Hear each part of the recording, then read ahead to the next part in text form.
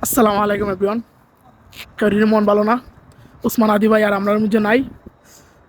আমার তখনই সন্দেহ লাগছিল যখন বাংলাদেশ সাংবাদিক হলতে ডাক্তারে জিগাইছিল, তখন ডাক্তারে বলছিল উসমান আদি ফিরে আসবে কিনা জানি না। তখনই আমার কাছে কিলা লাগছিল, যেমন কিতা একটা জানি গুড় ফাঁকাইছিল। যখন উসমান আদির বই নে চিল্লাইয়া বলছিল আমার ভাই আর নাই, আমার ভাই আর নাই, ওটাই বাস্তব ছিল। কিন্তু আমরা বুঝতে পারিনি আমরা রে কি বুকা মানানি হয়েছে, আমরা চৌকো কি আঙ্গুল দেয়া খাওয়াইয়া আমরা চৌকের মধ্যে কি জানি দইরা কি বুঝাইতে চাইছে তারা। রাজনীতির ফেস ভাই, এগুলা রাজনীতির ফেস, আমরা বুঝার মতন ক্ষমতা নাই।